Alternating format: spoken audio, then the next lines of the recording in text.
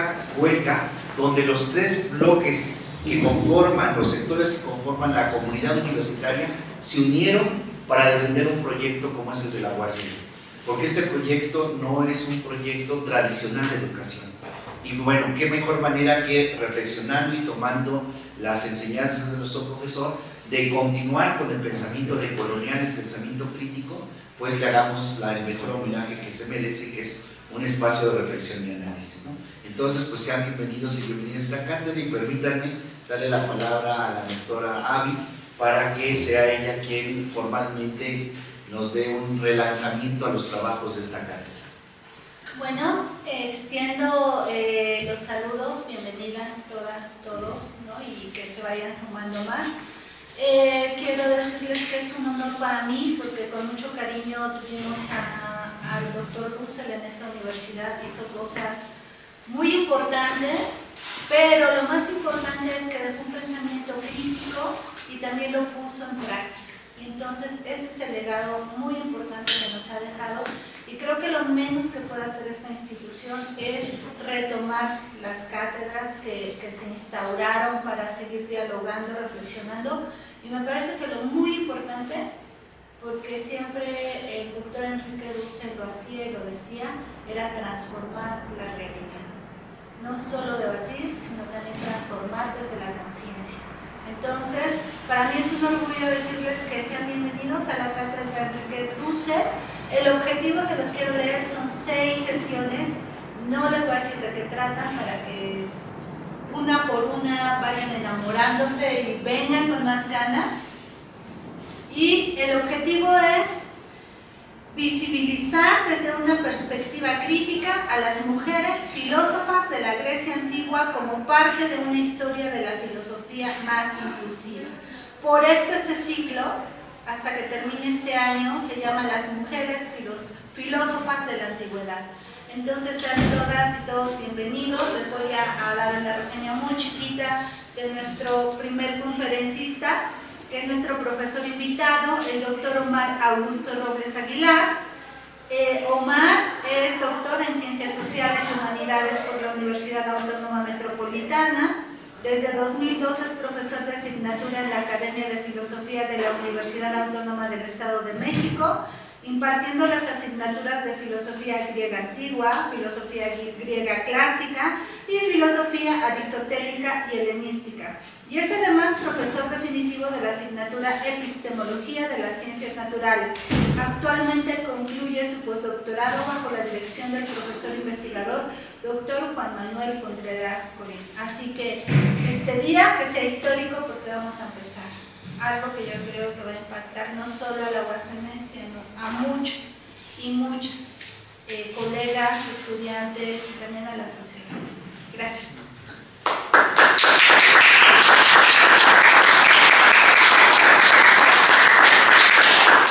Bien, pues antes de darle la palabra al doctor Omar, ya para cerrar, quiero decirles que el doctor Omar ha concluido un proceso de investigación muy serio, muy profundo, que tiene que ver con una mirada no tradicional de la historia de la filosofía. Tradicionalmente, la historia de la filosofía se ha leído, permítanme la expresión, desde arriba, desde fuera y falocéntricamente. Es decir, quienes han elaborado el discurso de lo que se ha pensado y cómo se ha pensado, han sido, para variar, los hombres. Eso no quiere decir que no haya habido reflexión, que no haya habido una lucha de parte de las mujeres para dejar testimonio de su sentipensar, diríamos desde el contexto de los pueblos originarios. Ahora bien, eso implica que ha habido en la historia de la filosofía, porque muchas veces la filosofía se ha reducido a eso, a historia de la filosofía. Y lo que vamos a ver a lo largo de estas 6 sesiones de formación, pero también de información crítico-objetiva que nos va a presentar el doctor Omar, es una perspectiva distinta. Ojalá que esto sea un impulso para las compañeras filósofas, para decir, bueno, le interesó el tema al doctor Omar, pero a mí me interesa, yo tengo como doble justificación, de que soy filósofa y soy mujer. Entonces tengo como un incentivo para seguir profundizando. Le comentaba yo a la doctora Avi, también al doctor Omar hace un ratito, que ahora ya hemos localizado 35 mujeres filósofas en la antigüedad. Aquí nada más vamos a hacer una prueba, como decía muy bien Avi, para que nos entusiasmemos y digamos, vamos a entrar, ¿no? Hay un proyecto de historia mundial de las filosofías donde contemplamos a las y los que no están en la historia. Los pueblos negados, los pueblos negros, los pueblos orientales y a las mujeres, aún las griegas, que han sido negadas, han sido encubiertas por una narrativa que ni siquiera es de la antigüedad. Fíjense qué interesante, que ni siquiera es de la antigüedad, es completamente moderna. Ya en una narrativa de estructuración de la filosofía como su historia, se han encubierto muchas visiones, muchas tradiciones, muchas culturas. Y este espacio de una cátedra de pensamiento crítico como es el de la filosofía de la liberación, en la línea del profesor Enrique Dussel, queremos hacer un aporte con esta perspectiva, y qué mejor manera de hacerlo de una persona que está sacando la investigación calientita todavía. Les queremos decir que esto no se ha expuesto regularmente. Se expone una o dos filósofas, por ahí hay 2 libros de algunas filósofas que han trabajado, pero ya ver como el desarrollo de toda una tradición de pensamiento con temas, problemas, autores y autoras propias que exponen y proponen su reflexión filosófica. Miren desde qué tema: las mujeres. ¿Y las mujeres en qué sentido? El campo de lo doméstico como proceso de formación filosófica. Pensar el tema del cuidado en el siglo VI antes de la era común. O sea, ahorita están las propuestas de gobiernos, el tema de los cuidados. Por favor, hay que revisar la historia. Y eso es en el ámbito, ahorita nos ponemos muy heleno y un poco, no atenocéntricos, porque todavía no es el tema, pero sí nos vamos a poner helenocéntricos, un poco. ¿Por qué? Porque hay que estar con las autoras, comprender a las autoras para ir más allá de las autoras. Entonces, pues, doctor, nos da muchísimo gusto, doctor Omar, que esté con nosotros. Se cumplió, ya estábamos a ver cuándo, ya llegamos aquí, y les quiero decir que esto es importantísimo.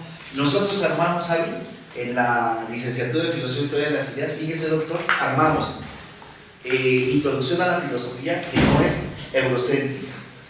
Metimos primeras filosofías, y en primeras filosofías está pensamiento griego, pero también está egipcio, Mesopotamia, están los persas, están los profetas de Israel, o sea, e incluso los Tlamatini y los pueblos bantúes del África. Ahí lo vemos. Y después vemos primeras ontologías. Esto no se estudia en la UNAM, en la UAM, en la Ibero, donde pues hemos estado ahí compartiendo también experiencias.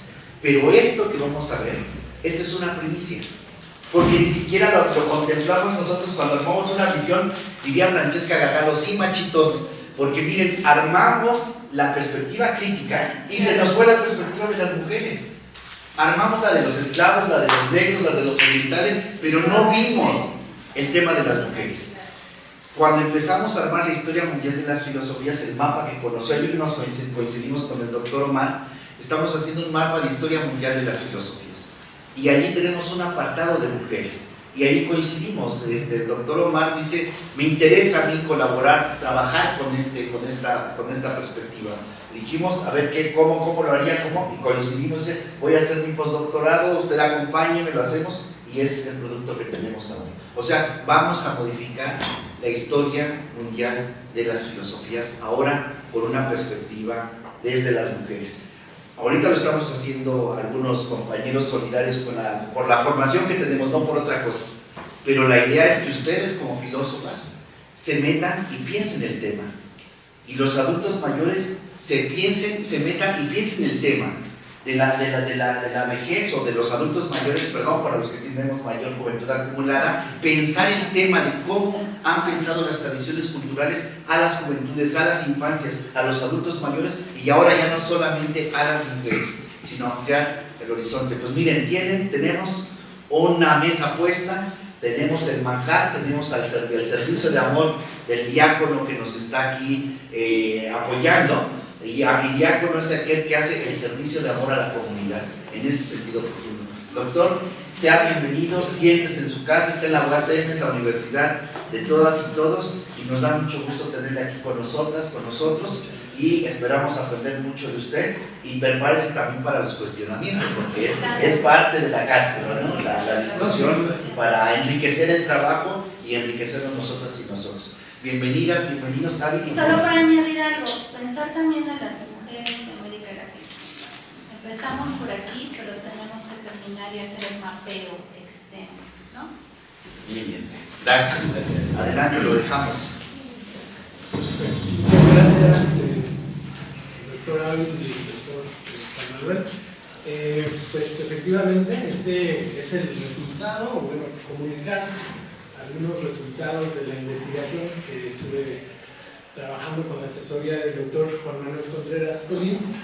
El tema, como ya lo dijo, y a mí ya me saltan bastantes inquietudes, es que justamente esta investigación, pues la intención es socializarla, compartirla, porque creo que todos, o la mayoría quizá de nosotros, tenemos pues este precedente de nuestra formación, si no es exactamente filosófica, en el caso de que no estudiemos filosofía, sí en la preparatoria, pues una visión completamente con una tendencia muy clara, ¿no? A que pues la imagen de la filosofía es la imagen de los bárbaros. Entonces, con eso quiero empezar. Bueno, primero vamos a ver los temas que vamos a tratar acá. Dividí la sesión en dos partes. Antes de entrarle como al estudio de estas mujeres a las que se les consideró poseedoras de cierto saber en este contexto de la Grecia hacia el siglo VI antes de nuestra era, un poquito antes, me gustaría que hagamos algunas reflexiones en torno a precisamente lo que comenta el doctor Juan Manuel, una historia de la filosofía desde una perspectiva crítica. En ese sentido, creo que vamos a detenernos un poquito a ver pues qué metodologías al menos yo he encontrado sobre cómo abordar el tema de las mujeres en la filosofía y por qué de alguna manera representan nuevos retos. Pues evidentemente, así como en el caso de los filósofos varones, pues también en el caso de las mujeres y sobre todo en la antigüedad, pues tenemos retos que desde el asunto de las fuentes, por ejemplo, el pensamiento de estas mujeres, pues más bien ha estado tamizado también por los comentaristas clásicos que han hecho o que las han mencionado posteriormente. Y luego ya en una segunda parte vamos a presentar a la que hemos denominado el antepasado mítico de las mujeres filósofas, que en realidad no es un abordaje propio, también debo decirlo, sino es compartirles también cómo algunas filósofas en la tradición occidental han tomado a Melanita, a este personaje, como, digamos así, como la bandera, digamos, ¿no? de esta intención de incluirlas en la historia de la filosofía. Entonces decíamos que aquí esta imagen un poco como que lo que quiero es que refleje precisamente esta idea que les decía, que pues todos tenemos más o menos como en el contexto de nuestra formación, ya sea de nivel medio superior o superior de los estudios filosóficos, la idea de que bueno, pues, son discusiones principalmente entre varones. Esta es un detalle de un fresco en la Universidad de Atenas, el Salón de Aspasia, y bueno, pues ahí al lado de Pericles se encuentra, ojalá que se vea,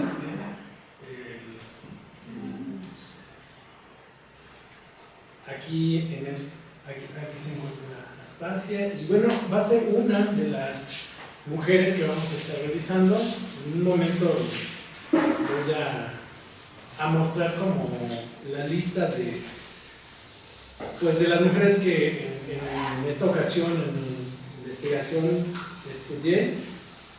Evidentemente hay más, pero insisto, tenemos que hacer una selección. Tenemos que hacer una selección debido precisamente, bueno, ahí está, debido precisamente a esto que les comentaba, ¿no? De la falta de fuentes. Ahorita vamos a hablar un poquito más detenidamente sobre eso. Pero bueno,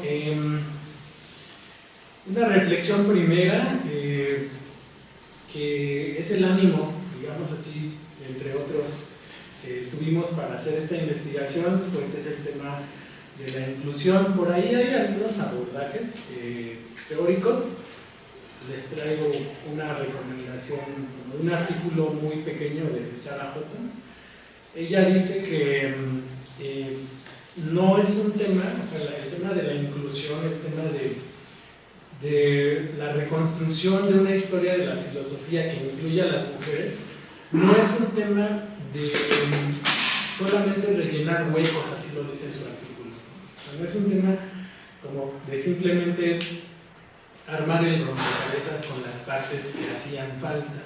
En realidad, ella propone todo un desmontaje completo de lo que algunas filósofas contemporáneas que han estudiado este tema dicen, todo un desmontaje del canon. A eso refiere mucho al desmontaje del canon, es decir, a cómo tradicionalmente ya se ha establecido, se ha hecho una narrativa de cuál es la historia de la filosofía y cuáles son los filósofos que debemos estudiar, pues tanto en los programas de estudio, por ejemplo, ¿no? ¿Por qué elegimos a unos filósofos y a otros no? O sea, ¿a qué obedece todo eso? ¿No? Entonces, ese es un primer problema, ¿no?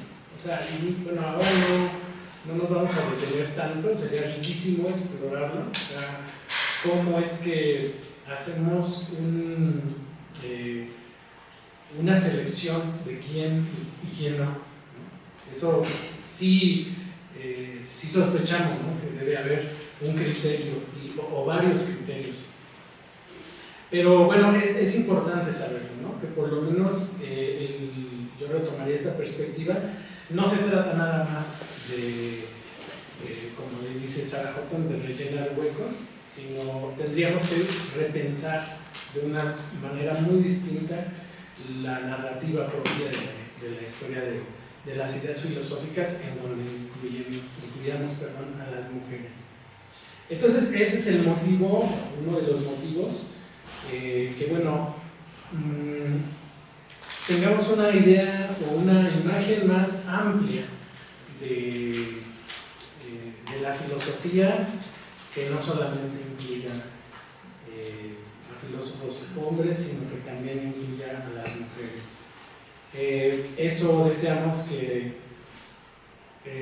pueda promover la reedición de manuales e historias de la filosofía, así, ¿no? Que ya podamos verlas, contemplarlas, estudiarlas también en las universidades y, ¿por qué no, también en el proceso de difusión de la filosofía? O sea, ahora que tenemos como muchas formas, muchos formatos, nuevos canales de difusión en internet, en las redes sociales, en podcasts, etc., también que, digamos, podamos hacer ola para poder generar, ¿no? que estas mujeres sean cada vez visibilizadas con mayor alcance. Esta perspectiva y estos estudios pues han sido decididamente emprendidos, y aquí hay un personaje, una filósofa muy importante que, digamos así, con ella partiríamos un poco con estos estudios en Occidente. A partir de los años 80 se edita este texto, una historia de las mujeres filósofas, y bueno, hay una diferencia respecto a este texto.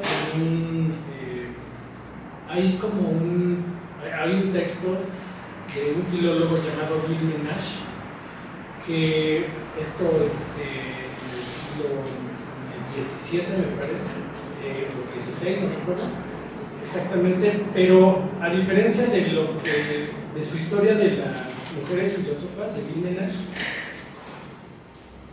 aquí ya hay un estudio crítico.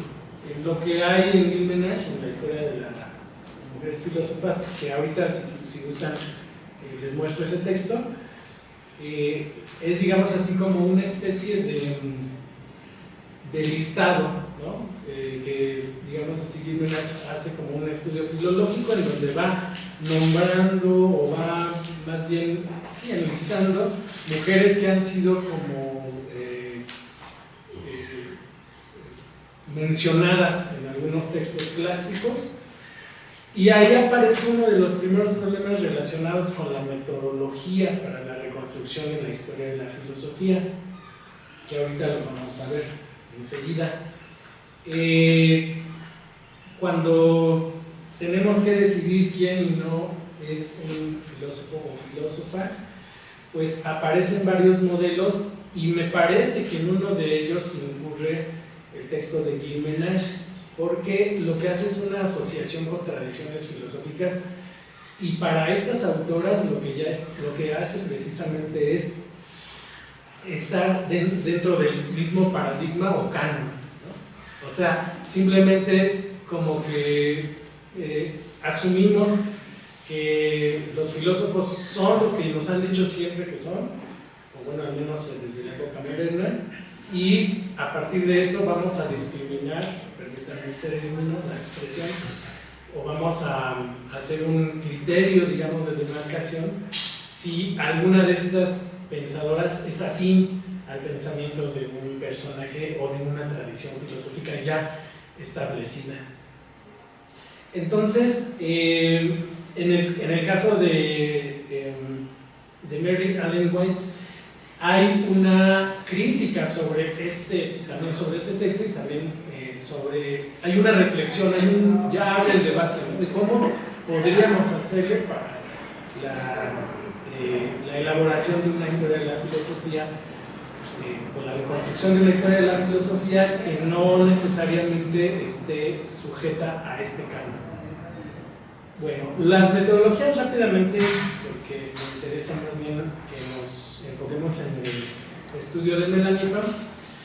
No son solo estos modelos, pero creo que resumen muy bien los abordajes que se han hecho, ¿no? Por ejemplo, hay un primer modelo que es el de la sombra.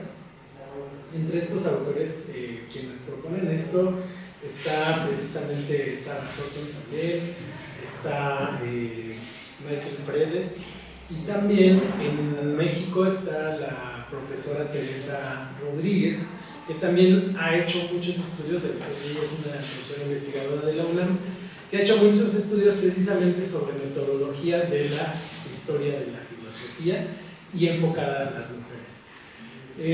Entonces hago un resumen tratando de incluir diferentes modelos, y al final podríamos hablar de tres grandes modelos.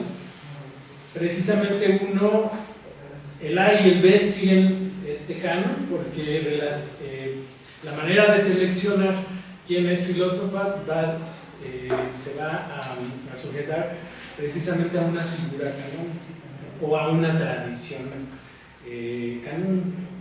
Es decir, podríamos decir que las filósofas pitagóricas tienen este renombre o tendrían su valía en función de que se adhieren a la tradición pitagórica. Pero no en todos los casos ocurre así, y esto es parte de lo que queremos, hacia donde queremos desplazarnos. Si tomamos estos dos modelos primeros, entonces muchas de las pensadoras no tendrían lugar, porque no la juzgaríamos por sus hallazgos, sino por la relación o no que tuvieran con algún autor o con alguna corriente de la filosofía. Entonces, más bien el modelo contextual es como el que nos permite, ¿no?, incluir a estas pensadoras que no necesariamente se adhirieron a una tradición y que lo que nos van a aportar, y eso es parte de lo que vamos a ver enseguida, es precisamente nuevos temas, nuevas también formas de hacer filosofía, incluso nuevas disciplinas filosóficas, como en un momento lo vamos a ver. Algunas preguntas interesantes que podemos plantearnos en este intento, ¿no?, de hacer una historia contextualizada de la filosofía, tienen que ver precisamente con las condiciones de cómo pensamos a las mujeres, sobre todo en estos siglos y también en estas ciudades-estado, ¿no? Aquí también sería riquísimo y deberíamos de tener, ¿no?, como para explorar un poco más acerca de los contextos propios de las ciudades griegas, o de lo que conformaron las ciudades-estado griegas. Pero bueno, básicamente nos interesa por ahora mencionarlo, que lo tengamos en cuenta, que bueno, que podríamos pensar en las normas de género, o sea, es decir, cuáles son los roles que pues tenía el varón, la mujer casada, y como decía el doctor también, ¿no?, los niños, cuáles son las normas morales que se establecían. Una segunda pregunta interesante en relación al contexto, o sea, para poder tener un mejor contexto, sería ¿cuál sería el nivel de inclusión de las mujeres en los círculos filosóficos? Más adelante voy a hablar un poquito sobre eso, porque evidentemente tenemos condiciones diferentes en cada una de estas ciudades, pero tenemos como prototipo, o como más bien como paradigma Atenas, y básicamente en los contextos de estos siglos de los que estamos hablando, siglo VI, siglo V, incluso siglo IV, antes de nuestra era, estaban como muy bien delimitados, ¿no? Por lo menos en Atenas está muy bien delimitado que el ámbito de lo público es para los hombres. O sea, básicamente, si nosotros vemos a Aristóteles, nos damos cuenta que pues, el ciudadano, ¿no?, es decir, aquel hombre libre que tiene la posibilidad, el hombre libre es el que tiene la posibilidad de interesarse por los asuntos públicos, mientras que la mujer está dedicada al cuidado precisamente del hogar. Eso lo vamos a ver en la siguiente sesión, hay un ámbito público muy importante en donde las mujeres tenían participación, que es el ámbito de lo religioso.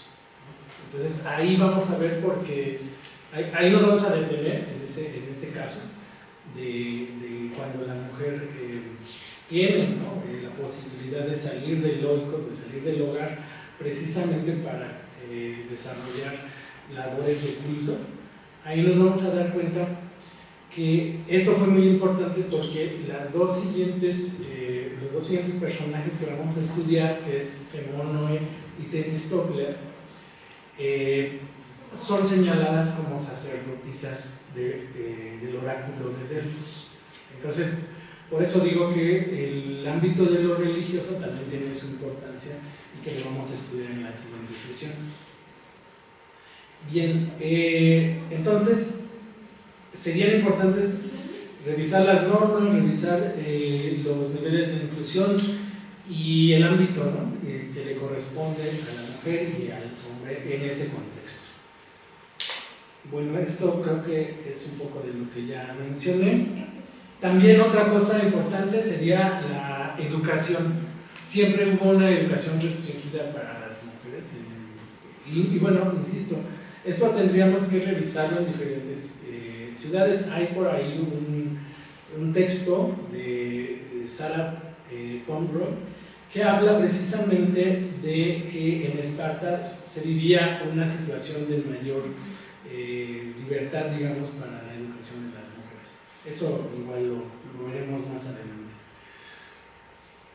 Y bueno, siguiendo con, ahora sí, para presentar un poco de a quiénes vamos a estar revisando, pues, insisto, no son las únicas, pero nosotros tuvimos que hacer un trabajo de limitación, ¿no? La verdad es que sí representa un esfuerzo muy importante el hecho de que pues no hay textos,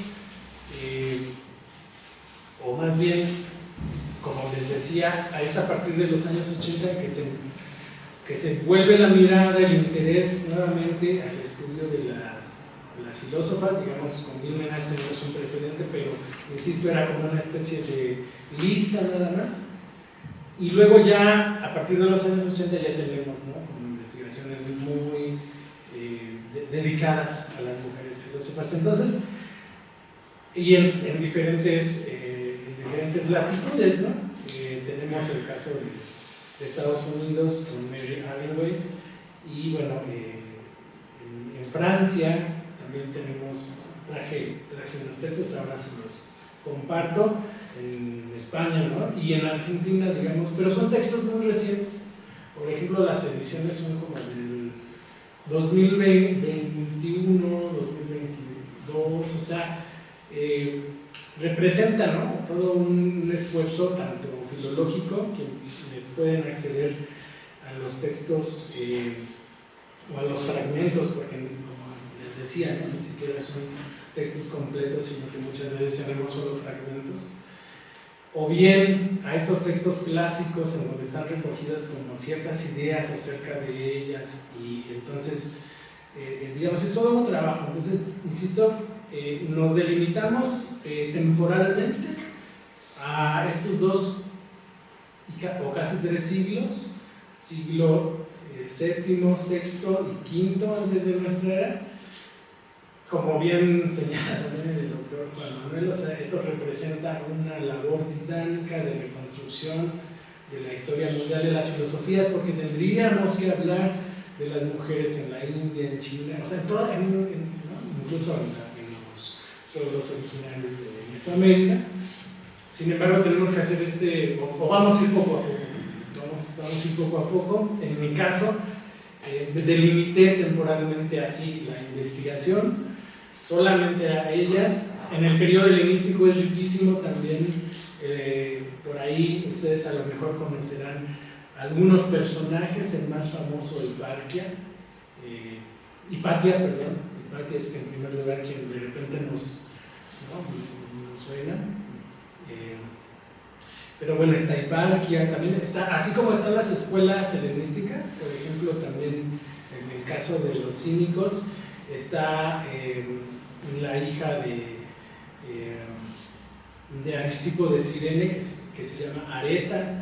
En el caso de las filósofas epicúreas está Leontio. O sea, insisto, ¿no?, nos podríamos así dedicar y ver que en todas las épocas pues existieron, ¿no?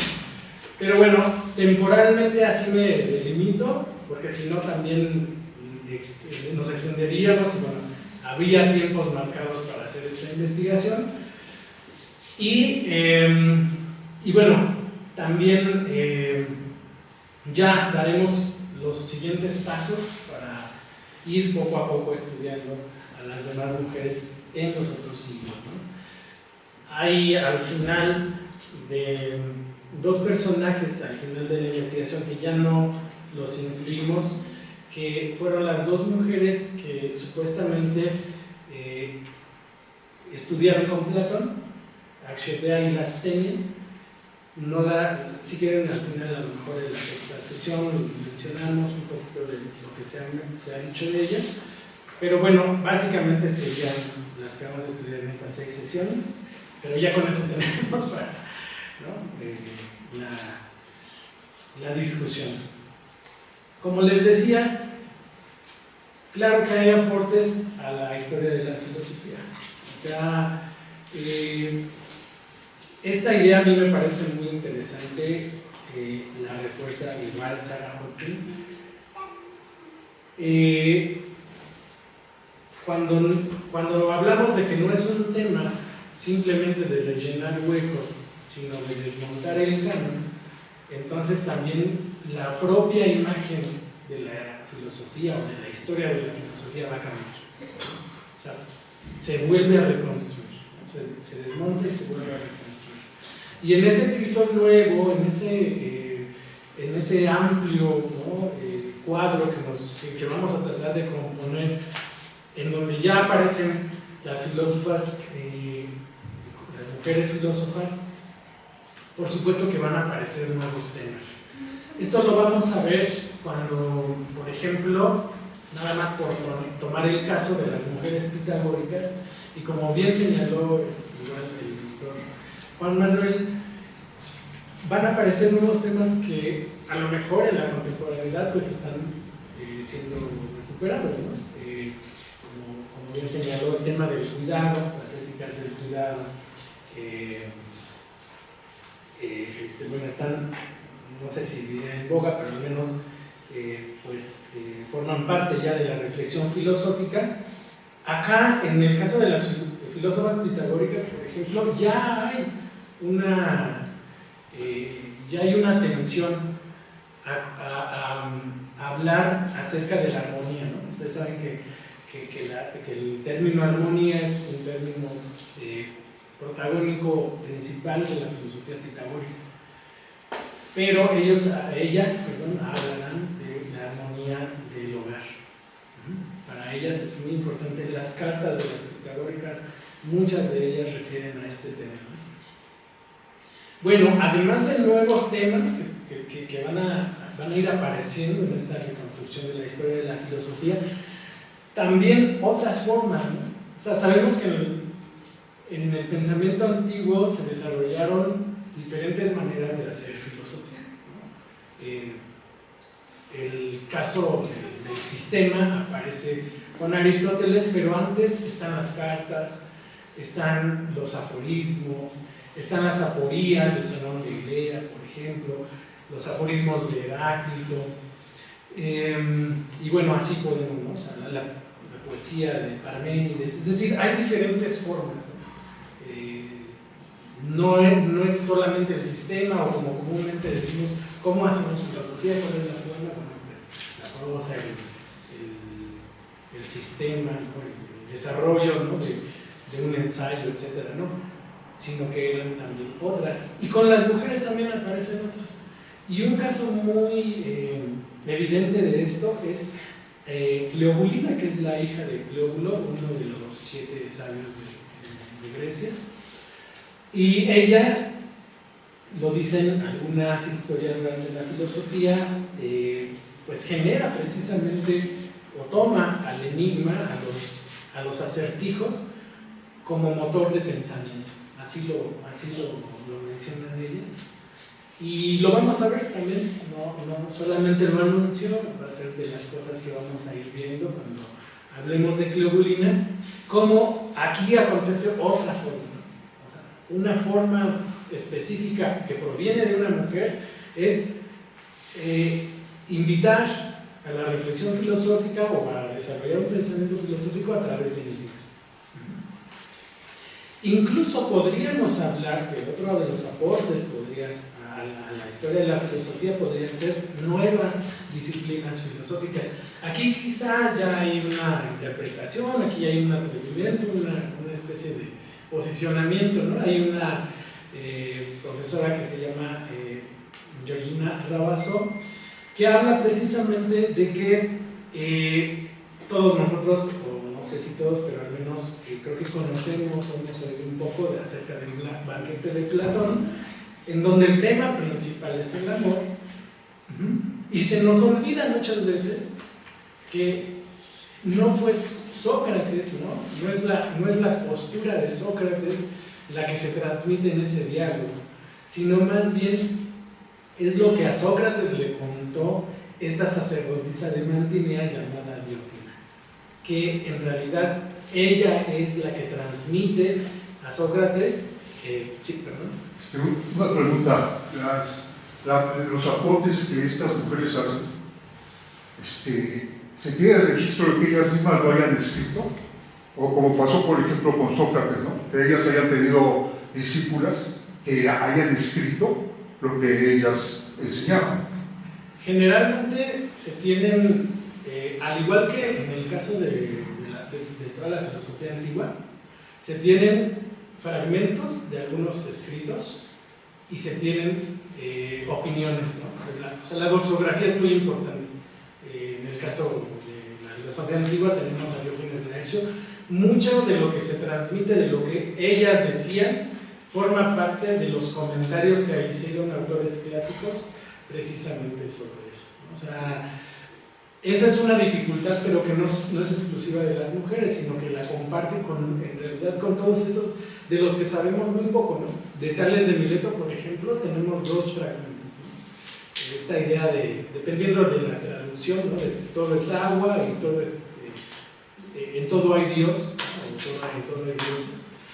O por ejemplo, o sea, digamos, de cada uno podríamos decir, ¿no? Muy poco. De la sentencia de Anaximandro, por ejemplo, tendríamos, ¿no? Un fragmentito. Y con eso se ha hecho mucho, ¿no? O sea, con eso se han hecho muchas historias de la filosofía, interpretación, ¿no? Etcétera. Pero ¿qué es lo que pasa? Que vamos viendo, o se hacen lecturas de estos autores clásicos, por ejemplo, decíamos de Diógenes Laercio, pero también de Plutarco, etcétera, que parece ser que en algunos casos ellos tuvieron ediciones, ¿no? De estos textos. No lo sabemos, o sea, eso también va a quedar ahí como problema filológico, pero bueno, tenemos como su opinión, su comentario. Y ahí también vamos a darnos cuenta, por ejemplo, en el caso de Teano, de la pitagórica Teano, que también evidentemente ahí hay ya hay un sesgo, ¿no? Interpretativo.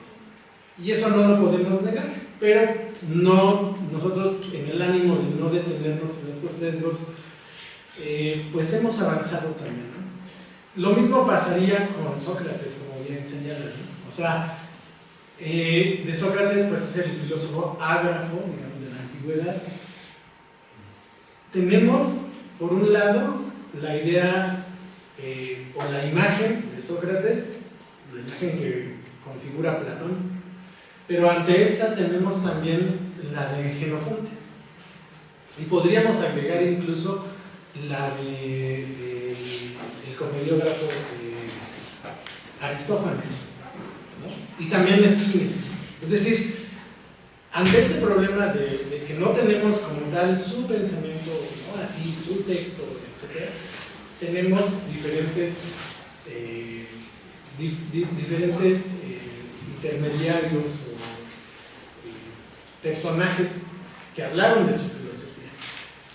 Y bueno, ahí decimos eso, ¿no? O sea, pero ¿cómo vamos a distinguir? Y ahí están los debates filológicos o sea, en la filosofía antigua, esos debates en los coloquios así son interminables, ¿no? Porque unos traducen de una manera, otros de otra, o dicen, no, pues es que aquí está el sexo, ¿no? A nosotros un poco como que no paramos en ese sentido en estos. Sentimos que es un atolladero, como que quedarnos ahí en la discusión de la autenticidad. Pero, ¿en función de qué? De que, bueno, vamos a generar narrativas sobre ellas. O sea, ya tenemos al menos la opinión, al menos una cita que ahí encontramos en un texto de lo que se supone que dijo. Pues con eso vamos a tratar, ¿no? Como de generar narrativa de pensamiento. Pero sí es un problema, ¿no? Pero que incluso, o sea, como le comento, no es exclusivo de la filosofía de los hombres, ¿no? O sea, sino lo comparten con, o sea, las mujeres y los hombres de la comunidad. Entonces se puede decir que desde el punto de vista formal no existía, por ejemplo, una escuela como la pitagórica, por ejemplo, la Aspasia o la socrática, por ejemplo la de, no sé, la de Cleobulina, no existía como tal. En aquel entonces no se consideraba así. Es parte de los, es parte de los problemas de los que hemos mencionado, de cómo podemos pensar la filosofía o la historia de la filosofía, ¿no? Si pensamos en tradiciones, por supuesto que Cleobulina no conforma una escuela filosófica, pero no por eso deja de no, claro. No por eso dejan de ser importantes. Claro. Bueno, ¿algún otro comentario? Sí, Mi duda, más que comentario. Primero, ¿se podría decir que de alguno de las filósofas que tú estudias o has realizado hizo escuela? O sea, generó un trabajo como de escuela. Y por el otro lado, la gran pregunta es, ¿había escuchas mujeres o el diálogo de las filósofas era con filósofos? Pues en el caso de la primera pregunta, bueno, yo creo que en el caso de ambas, pues yo creo que solamente la escuela pitagórica como tal, lo que tiene, o lo que vemos, el hallazgo que tenemos es que precisamente la escuela pitagórica está abierta, ¿no?, a las mujeres, y parece ser que Teano es quien, a la muerte de Pitágoras, retoma precisamente, o sea, tiene como el mando de la escuela. Entonces ahí ya tenemos como un registro, ¿no?, de que ella continúa, ¿no?, con la escuela pitagórica. Y sobre los escuchas, igual habría que ver el contexto de cada una de ellas, insisto, por los ámbitos tan delimitados en la vida pública, o sea, de la participación en la vida pública de las mujeres. En ese sentido, quiero anunciar un poco que todas ellas, de alguna manera, no quiero decir que sea de la misma, transgredían un poco las normas de género. O sea, en ese sentido, por ejemplo, quien más nos convoca a la revuelta es Aspasia, lo vamos a ver al final, en la última sesión, ¿no? Porque, por ejemplo, en el caso ateniense, concretamente, está el oikos griego, y están dos partes o dos salas, digamos así, divididas del oiko. Está el gineceo, que es una parte que, digamos, está hacia atrás de la casa, y ahí es en donde deben estar las mujeres, la expresión. Y está el andrón, que es en donde se dan los banquetes, en donde se dan estas charlas de sobremesa, y principalmente en el andrón solamente están los hombres. En el caso de Aspasia, pues es toda un personaje irreverente, ¿no?, porque ella convive con Pericles y su círculo, ¿no?, y sus convites. Entonces sí, de alguna manera las escuchas van a estar delimitadas precisamente por las normas, pero de alguna manera también muy específica, cada una de ellas transgrede un poco esas normas de género, ¿no?, que se establecen. No sé si respondí. No sé si... Bien, sí. Es una pregunta. ¿Ellas escribieron algo? ¿Hay un testimonio de que escribieron algo? ¿Dejaron algún escrito, manuscrito, algo? ¿Está registrado? ¿Está referencia? Sí, precisamente los textos de estas estudiosas, de estas historiadoras de la filosofía, siempre nos van a aportar testimonios, insisto, testimonios, estamos diciendo, o sea, fragmentos de ciertos textos. A veces solamente se conserva el título, a veces se conservan algunos fragmentos, pero así, ¿no? Eso por un lado, que eso sería como lo auténtico, y luego vienen estos comentarios un poco más largos en algunos casos, ¿no? El caso de las filósofas pitagóricas, a través, por ejemplo, de sus cartas, hay toda una discusión acerca de su autenticidad. Lo vamos a ir viendo. Pero lo que nos ofrecen estas historias de la filosofía generalmente, y la bondad que tienen, es que precisamente está como la parte de bueno, se presenta, ¿no? Como ahora, ¿no? La figura de una de ellas, y luego, para que uno compare, están como los fragmentos. Y ahí están, pues son fragmentos, o bien son citas de estos autores que hacen comentarios sobre ellas. Entonces nos aportan ambas cosas. Ahorita si gustan, les traje unos textos que creo que igual conseguí y todo para que se den cuenta de que esa es la bondad que tienen estas ediciones, que nos comparten el texto como tal, lo poquito que hay, y luego también los comentarios. Déjenme ver, para que lo vayamos revisando. Traje estos y bueno, a ver si les sale. Bien, ¿vamos bien? Entonces, ¿alguna otra idea? Sí. Solamente saber como en qué consiste esta filosofía de tejedoras de enigmas de Cleobulina y la erótica, ¿en qué consiste su propuesta? Sí, lo vamos a ver en una sesión dedicada a ellas, pero si quieres, un poquito, ¿no? De Cleobulina se conservan algunos acertijos, ¿no? Por ejemplo, está está el acertijo de la flauta, está otro que es de las ventosas, y lo vamos a ir viendo, y ahí cuando los comentemos, ahí vamos a ver por qué hablamos de que tienen una potencia de generar pensamiento o la reflexión, ¿no? En el caso de la erótica, sí es un desarrollo particular de Eugenia Rabasso, es una apuesta, digamos así.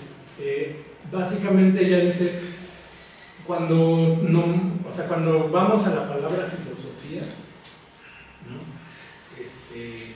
Como que mayoritariamente, ¿no? La historia de la filosofía le ha dado más peso a la sabiduría y no al filos, no al amor o al... Entonces vamos a ver que podríamos, ¿no? Con Diotima descubrir la erótica como tal, como una disciplina, no la que pensamos ahora, ¿no?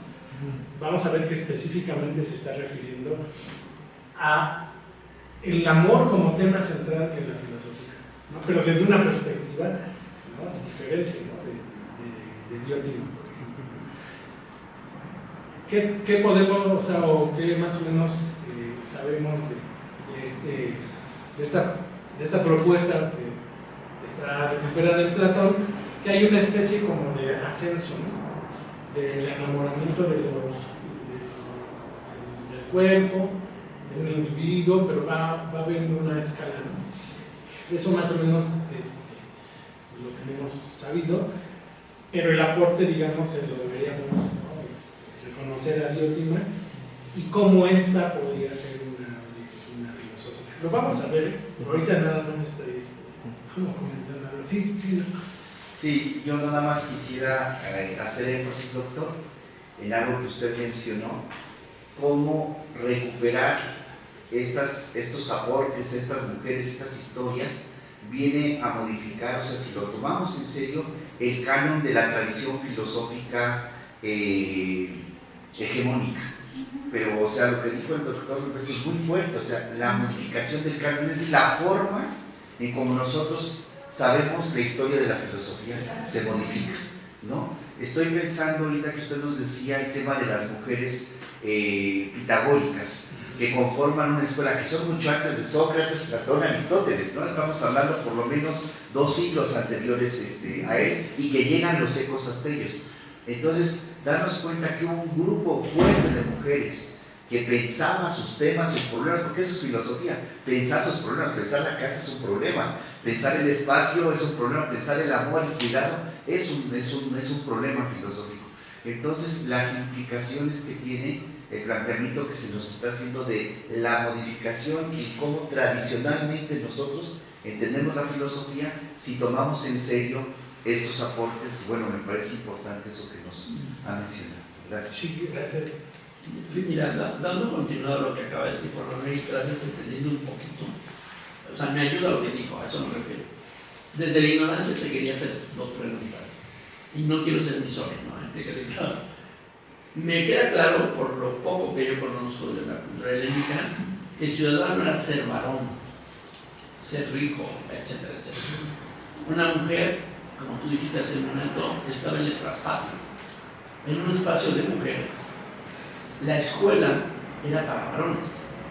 La tradicional escuela del anciano que convive con jóvenes, que puede tener hasta acercamientos sexuales, que no pasan por la homosexualidad, porque en esa visión del momento no tenía eso, a excepción de que fueran relaciones pasivas en el anciano. Era lo que no se permitía, porque eso sí era mal visto. Yo no sé si el término homosexual, debilidad, decadencia, para no utilizar el término homosexual. Eso significaría lo mismo hablar con mujeres, porque las mujeres estaban condenadas a la pasividad, no a la acción, porque en el público, en el espacio público, en el ágora, no hay mujeres. Esa era la acción. Estar en casa era una vida pasiva, de introyección. Si entiendo bien lo que comentó el profesor Contreras en este momento, estamos hablando de un momento previo, en donde eventualmente las mujeres tenían un escenario de mayor libertad, de mayor posibilidad de interacción, entre ellas, enriqueciéndose entre ellas, cuando pareciera que lo que nos enseñan del mundo clásico es sometimiento para las mujeres en general y restricciones. Las mujeres procrean, pero nada más, no gozan. La sexualidad prohibida desde el goce, por ejemplo, ¿no? A lo mejor es demasiado elemental mi información, pero es la general. ¿En qué momento entonces, sí, primero, se consideran casi ciudadanas? Tal vez la respuesta ya de Juan Manuel, pero ¿en qué momento se les impone ya una forma del esquema patriarcal que hoy conocemos que las arrinconó? Porque entonces les impuso una cultura de sometimiento, cuando tenían un antecedente de mayor libertad, creatividad, etc., que es de donde seguramente vienen estas ideas. Claro. Sí, pues justamente hay varias, ¿no? Varios abordajes que tratan de responder eso. Igual tendríamos que entrarle completamente al contexto y sobre todo a la conformación de estas ciudades-estado y también los intereses de soberanía que tenían estas ciudades-estado. Ahí cuando se conformaban, ¿no? O sea, sabemos que esta historia también es una historia verdaderamente bélica, ¿sabes? Cuando revisamos la historia de estos siglos, hay muchos movimientos en ese sentido, ¿no? de dominios de los pueblos. Una de estas hipótesis plantea precisamente que es ahí, ¿no? Ahí en donde se tienen que fortalecer los ejércitos, donde la mujer tiene que quedarse a cargo de la casa, ¿no? Entonces, pero se va, o sea, igual habría que detenernos, ¿no? Como en todo este pasaje de estos siglos de los que estamos hablando, 7, 6, 5, 4, ¿no? Es una habría que hacerlo con detenimiento, ¿no? Y sí, efectivamente, ahí parece ser que se constituye estas nuevas normas, ¿no? de conducta. No, insisto, no da como tanto tiempo. De todas maneras, ahí si podemos aportar alguna bibliografía sobre eso, pues lo vamos a ir haciendo, ¿no? Para que podamos como ir, no sé, al menos aportando algunos textos y aquí está, ¿no? Y referirles algo, ¿no? Por ejemplo, esto yo lo encontré, ¿no? En tal texto, etc. Bien, ¿algo más que quiera comentar? Bueno, en el mismo sentido de la participación del doctor Contreras, creo que viene esta cita, ¿no? Viene a bien. El impacto duradero de las mujeres, dice, solo se producirá cuando llevemos mucho tiempo empapándonos de sus empapándonos de sus ideas y hayamos aprendido a verlas en relación con las demás y con ese otro mundo de la filosofía, el que creíamos puramente masculino. Entonces, esta es, creo que la síntesis un poco del ánimo, ¿no? que tenemos al estudiar a estas mujeres. Y bueno, ahora sí, si me permiten, comenzaríamos con la primera de ellas. Yo creo que es bien importante señalar que Melanipa es un personaje mítico, para empezar, pero insisto, con ella muchas filósofas dicen aquí empieza, ¿no? Aquí empieza la historia de las mujeres filósofas. Igual, si nosotros vamos al texto de Gilgamesh y nos damos cuenta de su lista, ¿quién es la primera que aparece? Insisto, ¿no? Ahí el tema es que va por escuelas, ¿no? Va diciendo platónicas, pitagóricas, o de escuelas dudosas. La primera es la madre de Melanipa, que se llama Ipe, que significa yegua. Y bueno, sí me voy a permitir hacer como la lectura o la, digamos, yo traté de, en este trabajo de investigación, hacer una narrativa así como reconstruir el mito de Melanipa, y esta sería como el aporte que va a aparecer en el texto.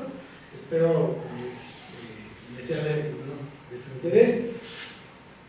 Mientras estoy narrando el mito de Melanipa, me gustaría que prestáramos atención a la genealogía, porque van a ir apareciendo los personajes. Y entonces luego vamos a comentar, ¿no?, el mito de Melanipa. Entonces, permítanme nada más.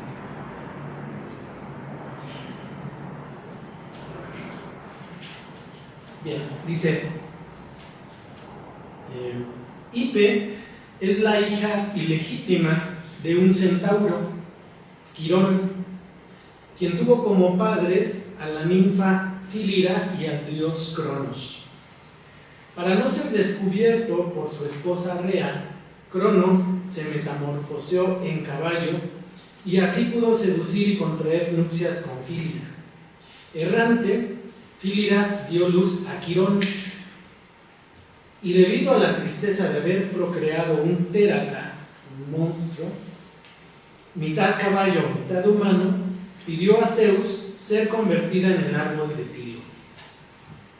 Quirón se destacaba por sus conocimientos médicos, el centauro, los cuales transmitió a Asclepio, el dios de la medicina, y a su propia hija Ipe, quien llegó a ser una iatromantis, es decir, una chamana que curaba a través de cantos proféticos que mostraba a los enfermos cuál era el remedio para sus dolores. Sus profecías estaban basadas en la posición de las estrellas. Debido a que probablemente empleó su vasto saber en medicina, astronomía y ciencia natural para desafiar a Zeus, haciendo profecías sobre los dioses, Ipe fue castigada por convirtiéndola en yegua o en una constelación en forma de yegua para que no volviera a profetizar. Junto con el rey heleno Eolo, Ipe concibió como hija ilegítima a Melanipa, cuyo nombre significa yegua negra, quien heredó sus conocimientos iatrománticos.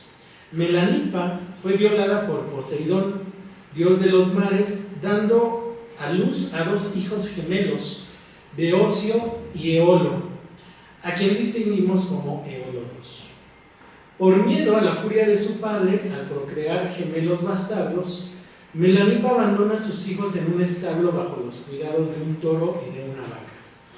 Cuando estos fueron descubiertos por unos vaqueros, el rey Eolo es aconsejado por su padre, Heleno, quien le advierte que el origen de esos niños es un signo divino de un presagio siniestro y pide a Eolo eliminar a toda costa estos dos portentos sobrenaturales. Por lo tanto, Eolo se dirigirá al establo con la intención de quemarlos vivos. Así que pide a Melanipa que prepare a los gemelos con los vestidos de luto. En su intento por salvar a sus hijos, Melanipa sale en su defensa diciendo: soy mujer, sí, pero tengo inteligencia. Prosiguiendo con una resis, discurso, en la que presenta dos argumentos o hipótesis acerca del nacimiento de los gemelos. El primero se apoya en un relato cosmogónico que le había transmitido su madre, Ipe, cuya finalidad consistía en demostrar la generación de todas las cosas a partir de la unión y separación del cielo y la tierra. Y así, rebatir la idea de que Eolo y Beocio eran tératas. El segundo argumento intentaba mostrar que los gemelos debían ser los hijos de una madre violada, sin confesar que ella era la madre de los gemelos, que había optado por dejarles a su suerte para liberarlos del castigo de su padre. Con este segundo argumento, Melanipa intentaría convocar la compasión de su propio padre, preguntándole: si una joven expuso a los niños por haber sido violada y por temor a su padre, ¿cometerías tú un asesinato? Luego de declamar su resis, Melanipa confiesa ser la madre de los gemelos, por lo cual es cegada y enclaustrada en un monumento funerario por 16 años, manteniéndola con lo mínimo de comida y bebida. En cuanto a los gemelos, Eolo pide que sean entregados a las fieras. Sin embargo, los niños serán perdonados y Teano, la esposa de Metaponto, rey de Icaria, temiendo ser estéril, acogerá a los gemelos haciéndolos pasar por sus propios hijos, ya que era constantemente presionada por su marido, quien quería tener un heredero. Más tarde, Teano dará a luz a 2 hijos de Metaponto, y deseando asegurar el trono para sus hijos legítimos, buscará el modo de desaparecer a los hijos de Melanipa. Teano revelará a sus hijos que Beocio y Eolo II no son los verdaderos descendientes de Metaponto, y les encargará la tarea de matarlos cuando estos salgan de casa. No obstante, Beocio y Eolo II, con la ayuda de Poseidón, vencerán y matarán a los hijos de Teano, quien al ver entrar en el palacio los cadáveres de sus hijos, se dará muerte con un cuchillo de caza. Beocio y Eolo II buscarán nuevamente refugio con los pastores que los habían encontrado y criado en el establo. Poseidón les revelará que es su padre y que su madre está enclaustrada, así que enfrentarán al rey Eolo y liberarán a su madre, quien recobrará la vista mediante la intervención de Poseidón. Y hasta ahí el mito. Entonces, bueno, lo dividimos en algunas partes y hay un montón de elementos, ¿no?, que resultan interesantes a la interpretación. Vamos a ir un poco como con la interpretación y al mismo tiempo el mito. Básicamente, entonces, en donde se concentra, ahorita vamos a decir de cuál es la fuente, ¿no?, del mito de Melanipa, es Eurípides, ahorita lo señalamos, pero básicamente seguir este hecho, ¿no? Melanipa es violada por Poseidón, esconde a los gemelos que procrea con él, luego son descubiertos los gemelos y el padre de Melanipa trata de matarlos. Ahí es cuando Melanipa se revela y entonces la resis o su discurso primero muestra un dominio filosófico, emplea una tesis cosmogónica. Ustedes ya van a ver, si han estudiado filosofía, pues entonces van a ver que está cercana, ¿no?, a la tesis de Anaxágoras, también a Empédocles. Y luego viene la confesión, ¿no?, de que precisamente son sus hijos. Melanipa es castigada y luego sus hijos la vengarán y Melanipa será finalmente liberada. Bueno, tenemos, de Eurípides tenemos bastantes tragedias. Lamentablemente, del mito sobre Melanipa, tenemos solamente de manera fragmentaria las tragedias. Son 2 las que parece ser que elabora 2 tragedias de Eurípides: Melanipa sabia y Melanipa cautiva. Parece ser que es la continuación, ¿no?, como esta parte del mito dividido en 2. ¿Qué elementos de interpretación podemos notar? Insisto, estos detalles, ¿no? los hemos recuperado a través de varios autores, o autoras más bien. Primero, que es un personaje euripidiano muy diferente o atípico a los personajes femeninos que son presentados por Eurípides en otras tragedias, como en el caso de Medea, Fedra y Electra, por tomar algunos ejemplos. Melanipa se muestra ecuánime. Ustedes recordarán Medea, ¿no? Como cuando Una pregunta. sí, perdón. ¿Por qué se dice que Melanipa se muestra ecuánime? ¿Que acaso Medea o Electra no son ecuánimes en cuanto a su finalidad de lograr precisamente liberarse del cautiverio masculino a través, por ejemplo, de la muerte del padre o de la muerte de los hijos para rebelarse contra Jasón? Pero sí, precisamente ahí hace un acto o sea, ahí emplea precisamente la venganza o la violencia. En ese sentido, a lo mejor la palabra sería imprecisa, eso lo podríamos corregir, pero a diferencia de estos personajes que son conducidos por la ibris, es decir, por la desmesura, Melanipa parece ser que, a diferencia de estos personajes, más bien es a través del discurso, es a través de la resis, a través del convencimiento, ¿no? Con tesis cosmogónicas, o sea, con un dominio de un saber precisamente diferente, como reacciona, ¿no? Claro que ese, como dices, en su finalidad, pero ellas tuvieron o sea, ellas más bien fueron conducidas, ¿no? Por la iglesia, precisamente como actos de venganza. Justamente ahorita vamos a señalar eso, ¿no? No sé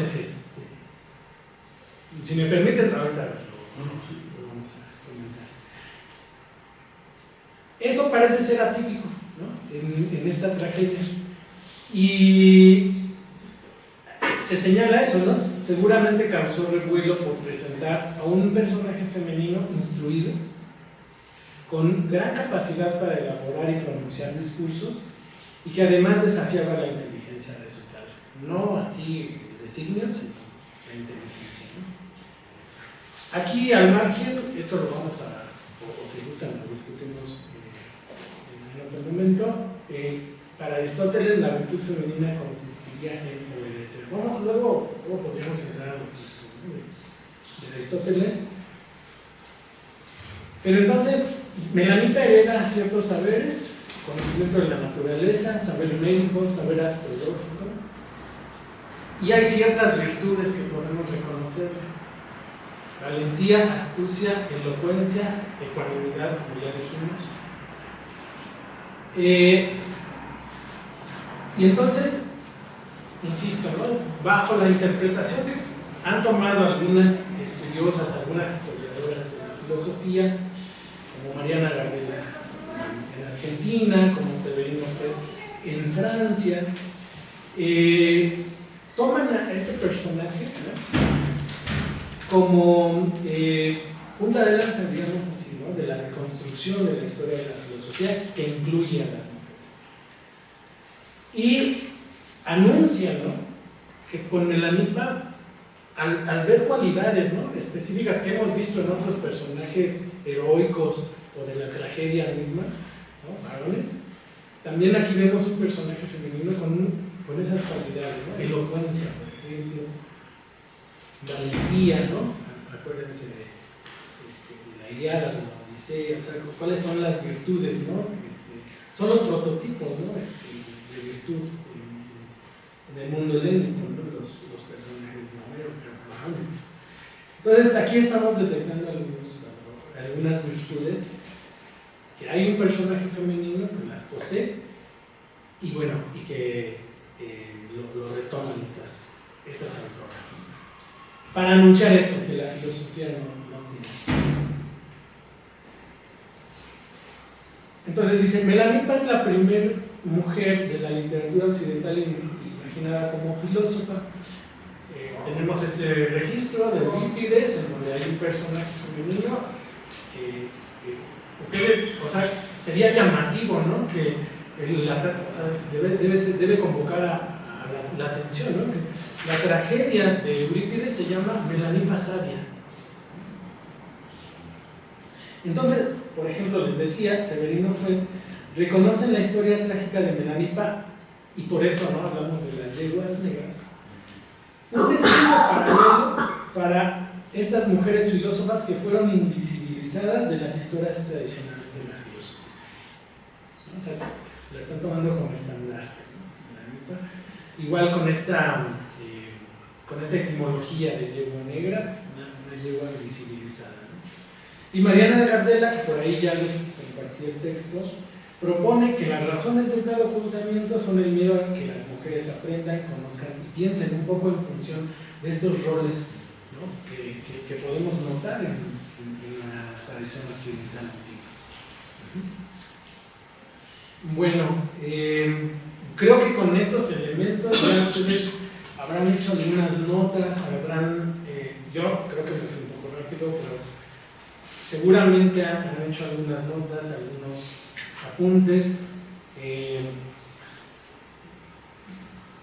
No me interesa tampoco como comentar todos los puntos precisamente, que a lo mejor sería muy hacer toda una exégesis, toda una interpretación desde mi perspectiva de lo que nos podría representar este personaje, o más bien compartirles estos comentarios que ustedes pueden notar, ¿no?, en las autoras, que para eso yo puedo compartirles la bibliografía, los textos, que la mayoría están digitalizados, y que, bueno, yo nunca he tenido un macho de compartirlos, el conocimiento libre, pero bueno, no sé, en un drive se los puedo compartir. Dos textos que sí me gustaría que pudieran revisar, y para la siguiente sesión, digo esto para redondear esta, sería precisamente el ensayo de Sarah Houghton, en donde hay estas ideas que ya mencionamos en la primera parte, o en el primer tema, acerca de la historia inclusiva, ¿no?, de la filosofía.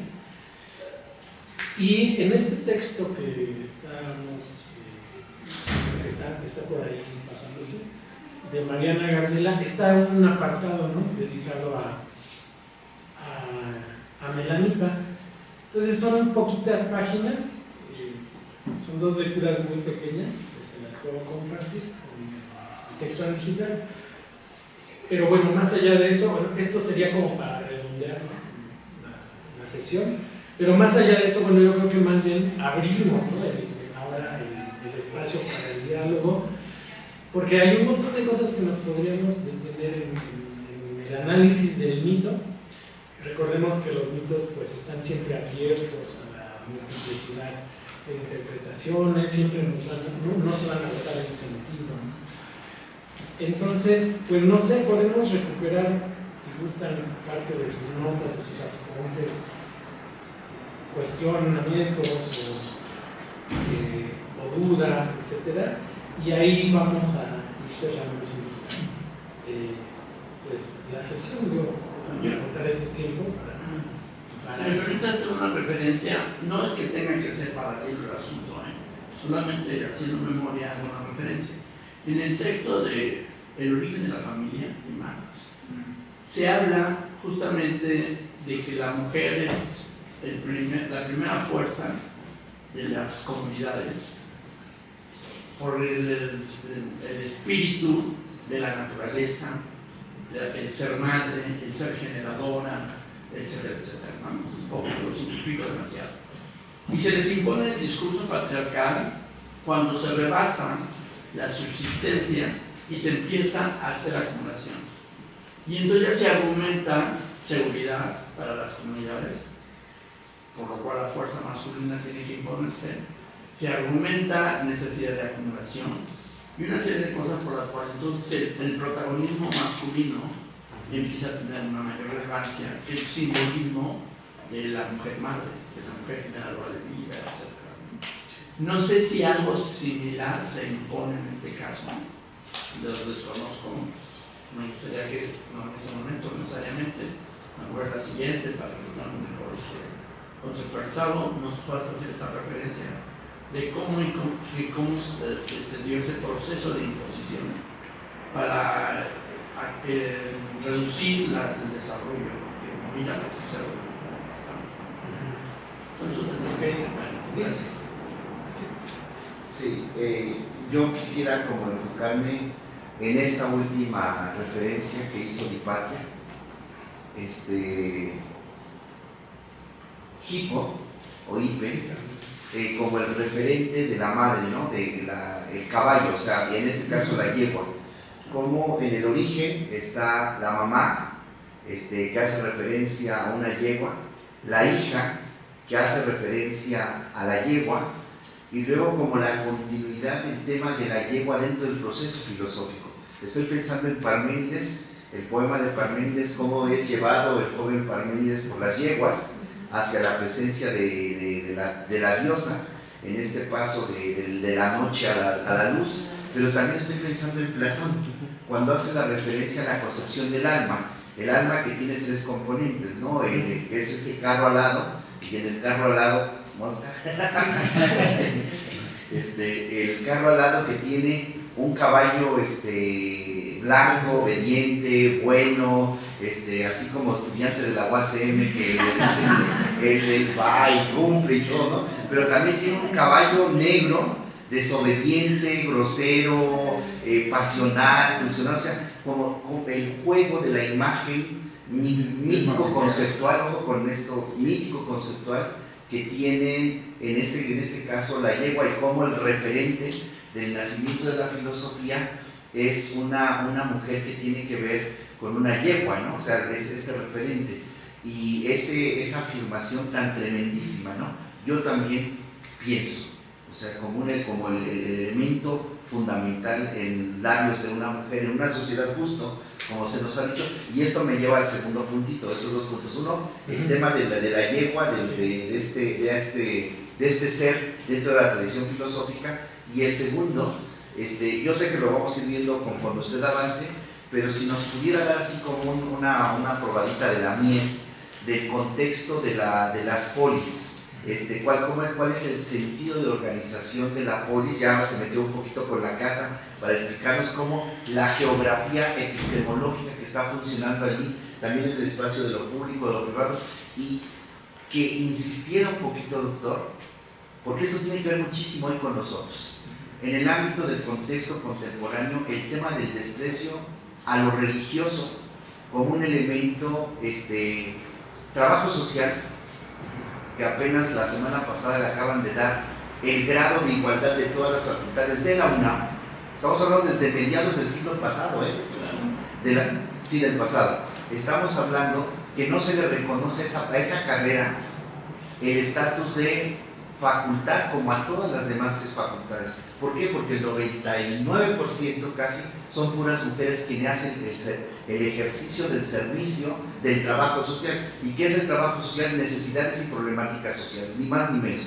Entonces, como agarrando la analogía para ver el papel de la mujer en la polis griega, cuál es el papel que está desarrollando, ya nos dio unos flechazos, pero si nos pudiera dar así como el otro elemento, y cómo el hecho de que haya un discurso hegemónico, una práctica hegemónica, no quiere decir que existan, coexistan y subsistan prácticas de resistencia, de lucha e incluso de solidaridad entre mujeres, como es la conformación de una escuela que usted ya lo mencionó, pitagórica, que es el siglo VI antes de la era común. O sea, no es el siglo IV clásico, es mucho antes, y viene toda una tradición, llamémosla así, una tradición, por no poner escuela, que usted nos ayudara como a que nos caiga el 20 de lo que significa esta resistencia de las mujeres dentro de la polis griega y los efectos que tienen en el ámbito de lo religioso, en el ámbito de la familia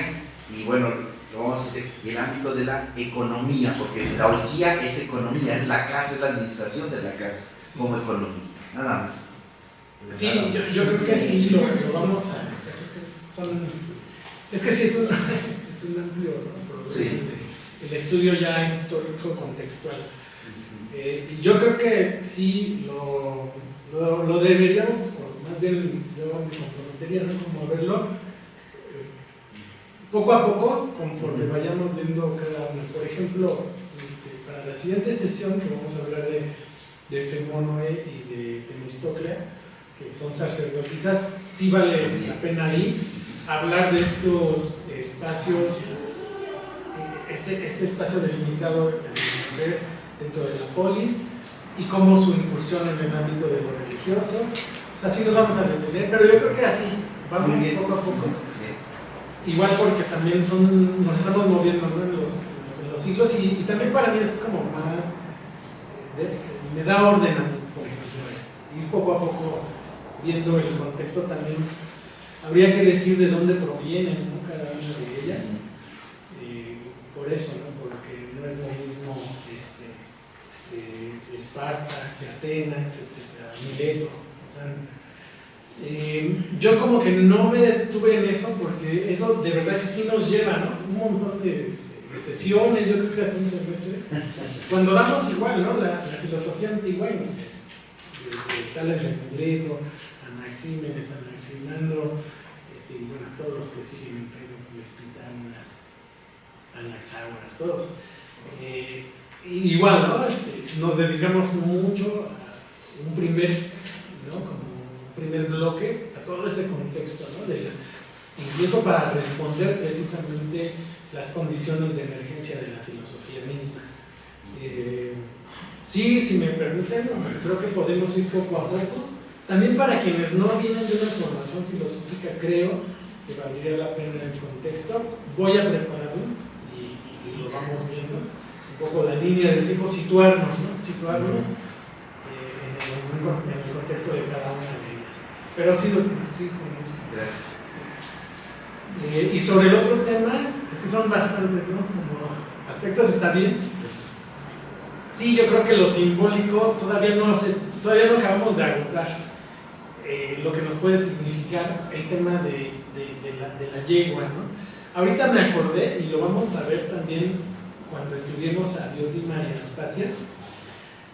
Hice un apartado en la investigación de las mujeres en las cuales, o 4 mujeres, ¿no? Principalmente, que estuvieron cercanas a la vida de Sócrates. A veces se nos olvida un poco, pero no vemos que tuvo mucha influencia, ¿no? La relación que tuvo Sócrates con las mujeres, comenzando por su madre, ¿no? Enareta, de quien hereda, ¿no? Él dice, ¿no? Su misión y también su método, ¿no? Mayéute. Y Jantipa, que ella en la etimología es la yegua rubia, y que ha pasado a la historia de la filosofía como un personaje de un muy mal carácter, ¿no? Esa Jantipa, así como la esposa de Sócrates, la que le estrella el jarro en su cabeza. Vamos a ir viendo, pero ahí también aparece esto, ¿no? La yegua rubia. Entonces no terminamos de abordar, y estas conexiones son muy libres del mito, ¿no? Lo que tiene el mito, efectivamente, ¿no? En Platón, por ejemplo, ¿por qué le da al caballo negro, ¿no? Esta cualidad, o más bien esta parte de esta parte tripartita del alma, le da precisamente el enfoque al medio de la voluptuosidad, como de lo que no, o sea, lo que está, diríamos, como le hace asido a la tierra, ¿no? O sea, al cuerpo, ¿no? A la materia, pues. Entonces creo que no se agota, ¿no? O sea, como que siempre el mito siempre nos va a representar muchas cosas, ¿no? Y cada uno de nosotros podemos nuevamente detenernos, ¿no? Como en estas relaciones, en estos cruces, ¿no? Con lo simbólico. Y eso es verdaderamente, pues es una fuente, ¿no? Inagotable también de nuevo, de revisitar, ¿no? Siempre el pensamiento filosófico también. ¿Algo más? No sé. Yo tengo una pregunta. Sí. No sé si te entendí bien, o yo no puse atención, pero esta relación de la yegua negra es en esta época o es nuevo, o es moderno. Bueno, para saber y dar algo más. La etimología de yegua negra, bueno, el nombre de la nipa significa eso, ¿no? Yegua negra. Pero ahora lo estamos viendo en relación a algo que nos comparte Platón acerca de cómo estaría constituida el alma, ¿no? que también luego lo toma como modelo para el Estado. En donde él también a través de las alegorías nos explica un poco como su pensamiento filosófico. Y en ese sentido hay un caballo, o sea, el mito del carro alado explica eso, ¿no? Está el auriga, el que conduce el carro, que bien podría representar de este esquema tripartita del alma, la razón que va conduciendo dos caballos, o sea, el carruaje, a dos caballos, y hay uno blanco y hay uno negro, ¿no? Entonces ahí es como la alegoría, más bien. Pero sí es digamos, la alegoría de Platón. Bueno, es que la yegua negra, o sea, también como símbolo, les comparto, es las pasiones más bajas del alma. Entonces también relacionarlo con esto es un tema que a mí me encanta, es la melancolía, y la melancolía también está relacionada con el tema de la oscuridad, de lo bajo, y entonces que también es necesario para poder alcanzar como la virtud. Entonces por eso quería como relacionarlo para ver qué tan asociado, qué tan apegado estaba como esta relación de la rebeldía, la segregación un poco de la mujer en función de su espacio social, de su espacio en la ciudad, y también como la relegamos, pero también nos conduce a nuestras pasiones más bajas, y también por eso relacionarla como esta yegua negra, con la rebelde, pero que también se necesita. Sí, es que ahí, insisto, ¿no? Ahí podemos hacer un montón de asociaciones. Sí.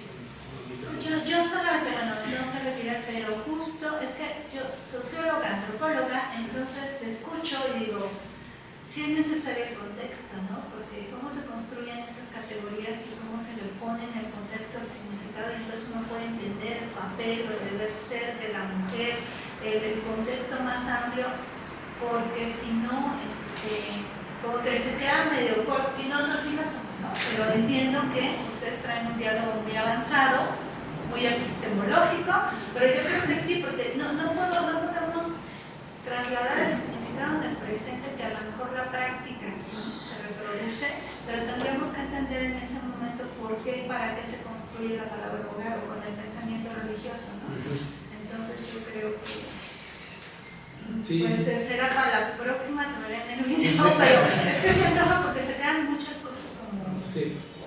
como sueltas, que yo creo que cuando tú las jales, pues van a tomar sentido, supongo, ¿no? Pues perdónenme, me tengo que retirar. Está muy rico, no me quiero ir, pero ya lo veré. Muchas gracias. Perdón, yo una última pregunta que no es de la presentación, ¿no? Para entender el contexto. Sí. ¿Tu proyecto personal está en el marco de un proyecto más amplio de alguna universidad en concreto? Sí, como bien dijo el doctor Juan Manuel, nos encontramos en el camino. Precisamente doy clases de filosofía antigua. Y bueno, esto creo que debía empezar por ahí, pero está bien porque ya surgió la inquietud. Llevo desde 2012 impartiendo esa materia, en algunos semestres la imparto, luego y así. En Toluca, en la Universidad Autónoma del Estado de México. Y la sorpresa, a través de una alumna del doctor Juan Manuel, que es Nia Portilla, quien me invitó a este proyecto de Filomap, de las historias Mundiales de las filosofías, a contribuir, ¿no?, con el proyecto. Entonces yo estaba como muy seguro de que podía contribuir, precisamente porque ya llevaba algunos años revisando la filosofía antigua.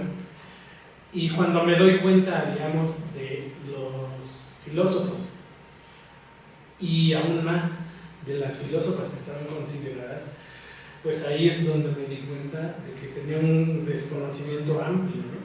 Porque no solamente de las filósofas, sino también de filósofos, porque ahí está, por ejemplo, Ferecides, que fue otro personaje que generalmente no abordaba yo en mis clases. Entonces ahí fue el interés, ¿no? Como por esta investigación y muy asombroso esto, ¿no? O sea, toda esta lista que el doctor Juan Manuel tenía, ¿no? de personajes femeninos, que pues iba a enriquecer primero como a los cursos que yo podría dar, ¿no? De historia de la filosofía, porque entonces ahí ya, en la práctica, ahí ya estaríamos cumpliendo un poco estos objetivos, ¿no? De que desde la formación demos otra imagen, ¿no? Entonces es un poco del desconocimiento, diría así, ¿no? Y sobre todo eso, ¿no? Como la sorpresa de decir, no, pues, claro que hay muchos huecos, muchas lagunas que todavía me faltaban y me faltan, ¿no? por cubrir. Y entonces, bueno, se conjugó con el proyecto de Filomar y luego tomó forma con la estancia postdoctoral que estoy haciendo y estamos por concluir con el doctor. Entonces, así es como, sí forma parte de un proyecto más amplio, insisto, ¿no? Tan amplio como, pues, la historia de las ideas mismas, ¿no? O sea, porque este es un pequeño pedacito de lo que viene, ¿no? O sea, estoy tomando una formación también sobre mujeres filósofas, en donde se están incluyendo, por ejemplo, filósofas de la India en estos mismos siglos, y entonces siempre va a haber, ustedes saben, ¿no? Como la filosofía siempre va a quedar siempre mucho por conocer, pero efectivamente ya, es como muy, o sea, fue muy, la invitación por supuesto me resultó más allá, ¿no? Como de la perplejidad que en un primer momento me ocasionó y dije, no, yo no contemplaba eso, pues ha sido una aventura, ¿no? O sea, una aventura completamente, porque es redescubrir, o descubrir y redescubrir, ¿no? Estas filósofas. Y entonces, luego, este ejercicio de compartir, ¿no? Como de decir, bueno, pues, estos son los hallazgos, vamos a difundir, ¿no? Vamos a socializar esto, porque creo que desde ahí es donde toma sentido, ¿no? Cualquier investigación. Cuando ya ahora incidimos en las aulas y podemos no quedarnos con la misma idea, ¿no? Que a lo mejor nos quedamos en la educación media o incluso en la formación filosófica, ¿no? Incluso por eso empecé con esta lámina del Salón de Aspasia, ¿no? Generalmente cuando pensamos en filosofía, pues pensamos en personajes masculinos de cierta edad, ¿no? Y generalmente no tenemos como localizadas a las mujeres. Entonces, sí, pues ha sido eso, una gran aventura que ahí está, o sea, hicimos investigación también en el periodo helenístico y ahí están, ¿no? Como los artículos, los personajes, y es como algo bien interesante, ¿no? Como de ya vamos a dar paso al cierre como de esta investigación, pero ya viene, ¿no? Como el otro periodo y así como seguir como cultivando el conocimiento, enriqueciéndolo, acrecentando, a tal punto, diría yo, que en algún momento, al igual que, ¿no? Podamos hablar de Sócrates, pero ya también en relación con Diótima, ¿no? Pero de manera así muy habitual, muy normal, ¿no? O de Aspasia, o de Teano, o de Cleobulina, ¿no? O sea, que empiecen a ser nombres comunes, ¿no? En los estudios de filosofía. Sí, pues no sé. Es que es muy difícil porque hay muchos sesgos, o sea, como sociedad, como ser humano, nos gusta sesgar, ¿no? Mucho de lo que de nuestra formación pues es completamente occidentalista, entonces siempre lo que aprendemos es occidental, lo que enseñamos es occidental. Entonces, a partir de la fundación de las primeras ciudades, entonces busquemos una estructura, busquemos una jerarquización y busquemos entonces las funciones masculino-femenino, nos encantan las dicotomías, entonces hombre-mujer, Y entonces vienen estas nuevas interpretaciones y entonces están filósofas y separemos, ¿no? Entonces, acá viene una pregunta para todos: ¿cómo podemos hablar de un todo sin caer nuevamente en los sesgos y sin caer otra vez a la exposición de las mujeres surrealistas o la exposición de las mujeres, porque una vez más repetimos, es una mímesis de la forma en cómo se plantean las situaciones desde cualquier disciplina, pienso, ¿no? Sí, gracias. No sé. Sí. Cuando iniciamos este es todo un proyecto, menciono esto por lo que mencionó Víctor y que ya hizo como la perspectiva el doctor en relación a este proyecto de investigación. Este es, como dijo muy bien, este es como una rebanadita de todo lo que significa la reconstrucción o recreación de la historia mundial de las filosofías. Les platico un poquito cómo estuvo la genealogía. El profesor Enrique Dussel, es la cátedra Enrique Dussel, justo va en esa línea. Bueno, pues cuando éramos así jovencitos como ustedes, no teníamos tanta juventud acumulada, llegábamos a sus clases y nos empezaba siempre a mostrar, antes de abordar las problemáticas éticas, políticas, estéticas, eróticas, pedagógicas, siempre se iba al planteamiento de la reconstrucción de la historia. Decías que si no reconstruimos la historia vamos a reproducir la visión tradicional de la ética, de la política, de la erótica, de la pedagógica, etc. Entonces él siempre empezaba con esta visión de reconstruir la historia. Pero cuando empezamos a analizar la reconstrucción de la historia, este fue un trabajo ya del doctor Regadas y su servidor, ya que pasamos por la formación con él, nos dimos cuenta que apelábamos a los mismos procesos tradicionales para la reconstrucción de la historia. Y él decía que se tenía que hacer no helenocéntrica, no eurocéntrica, no tradicional, no en la misma línea. Entonces dijimos, ¿cómo le hacemos? Pues hay que escribir otra historia, porque no nos va a funcionar. Y entonces empezamos a hacer, lo primeritito que íbamos a hacer es la historia de las filosofías de los pueblos originarios. Es lo primeritito. Pero cuando empezábamos a llegar a hablar del tema, no nos pelaban. Ya después se volvió modelo de cambio. Ahora ya estamos hablando, yo ya entré en 97, 98 a la universidad, mi segunda carrera en la UNAM. Pero o sea, en el 97 estamos con el tema, el eurocentrismo era un escándalo. Cuando el doctor se hablaba del eurocentrismo, úchale, los profesores decían, ¿qué está diciendo Dussel? Esas son tonteras, etc. Ahora, bueno, ya hasta los europeos hablan de eurocentrismo. Lo que quiero decir, se empieza una arquitectónica y hacíamos el tema y no nos pelaban con el pensamiento indígena. Entonces, ¿qué dijimos? Hay que hablar de lo que la gente habla. ¿Y qué habla? De lo griego. Entonces vamos a hacer lo griego, pero vamos a hacer una visión distinta de lo griego. Y ese es el librito que se llama Protofilosofía griega, que si ustedes lo revisan, es una visión donde se rescata el origen egipcio, mesopotámico y persa de la filosofía griega, de los protofilósofos. Hasta les quitamos el nombre de presocráticos, no les llamamos presocráticos, sino que les llamamos protofilósofos, porque considerábamos nosotros que la tradición, ni siquiera occidental, es todo oriental, no metan nada occidental. Occidental había puros jabalíes y puros venados. No es lo que para el griego clásico, el griego de las polis, porque también no existe el griego, es otra construcción, existe el jónico, existe el dórico, etc. O sea, son tradiciones, todo eso hay que desmontar. Bueno, lo desmontamos y dijimos, cuando estábamos armando el texto, el doctor Regadas y yo, llegamos a la conclusión que no había mujeres en el texto. Si ustedes revisan ese textito, hay muy poquitas mujeres, metimos 7 nada más. Todavía estábamos muy falocéntricos, atenocéntricos, a pesar de que lo queremos desmontar. Pero el texto tuvo un impacto, porque empezamos a problematizar lo que dijo el doctor hace un ratito, lo geográfico. Y lo geográfico implica, y esto es importantísimo, muchachos, interacciones. Y lo que nos está planteando el doctor son interacciones de poder, de relación, poder erótico, poder económico, poder cultural, poder bélico, etc. Son interacciones. El sentido de las relaciones son siempre interacciones, no hay otra cosa.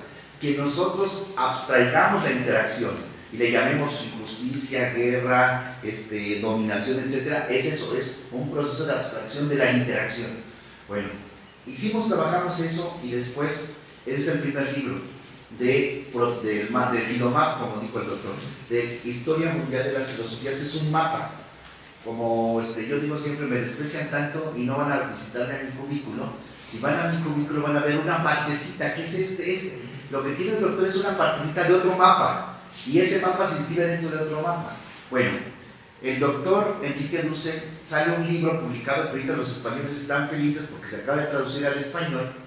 Ese libro lo conoció el profesor Dussel, lo trajo de Stony Universitat en Estados Unidos, University, en el alemán viene, trae un libro que escribió un profesor que se llama Randall Collins y se llama Sociología de la Filosofía. Ese libro es un primer intento de un sociólogo, ni siquiera un filósofo, de hacer una síntesis de la historia mundial de las filosofías. ¿Pero qué creen? Sí, mete griegos, romanos, hindúes, persas, indios, judíos, musulmanes, pero no pone a los pueblos de América. América Latina no está en esa sociología de la filosofía. Arma el profesor Enrique Dussel todo un librote que se llama 1400, desde el siglo XIII hasta el 1492. La respuesta a Randall Collins es otro libro que escriben muchísimos filósofos de Estados Unidos y de América Latina respondiéndole a Randall Collins. Cuando Pedro Regadas y yo leemos el libro del doctor Dussel, dijimos, ¿cómo es posible? Hasta nuestros queridos críticos salieron más como ahora eurocéntricos desde lo latinoamericano céntrico. No estaban los indígenas. En 7 páginas despacharon el pensamiento indígena. ¿Qué hacemos el doctor Regadas y su servidor?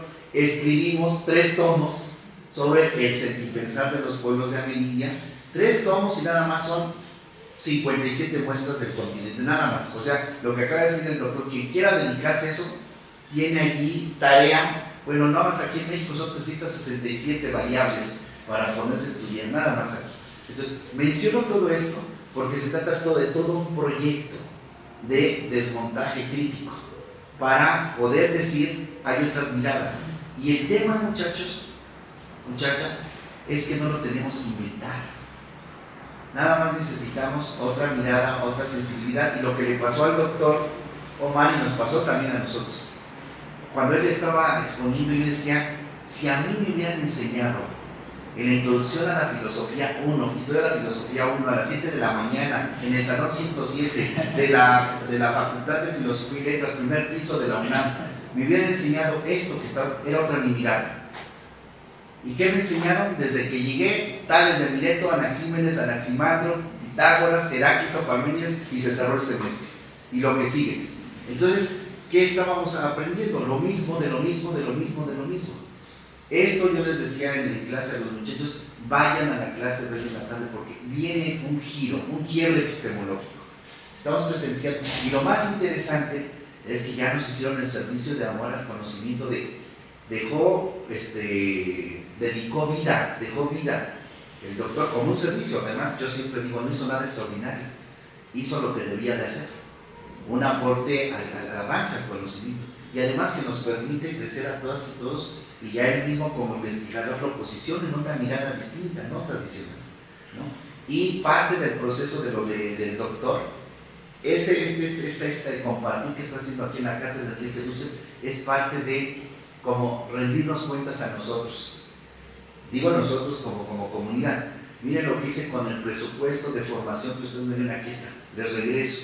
Es mano vuelta a este servicio de amor, como le decimos aquí en filosofía, ¿no? La diaconía. Menciono esto porque sí implica un desmontaje. Siempre yo, cuando vemos hermenéutica, doctor, siempre les doy la película Ellos Viven. Y quienes no hayan visto, véanla, por favor, vean la película Ellos Viven. Porque esa película muestra lo que implica, lo que duele ponerse otros lentes para leer la realidad. Porque tenemos que desfondarnos, y desfondarse no es fácil, implica cambio de lenguaje, cambio de lugar, cambio de lecturas. Ahorita, por ejemplo, uno dice, púchale, tengo que aprender bien el inglés, por lo menos a leer, para tener la traducción de análisis de textos y tener posibilidad de otra ventana.